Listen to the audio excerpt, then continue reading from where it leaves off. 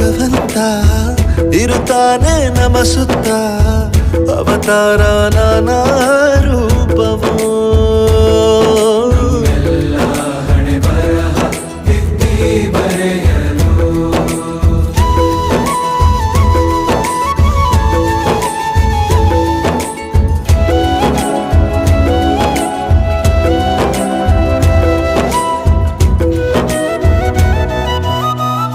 ಬಾಳಲ್ಲಿ ಲೆಕ್ಕ ಎಷ್ಟು ಮುಖ್ಯ ಎಂಬುದ ಬೆರಳಲ್ಲೇ ತೋರಿ ಕಲಿಸಿದ ಗುರುಗಳೇ.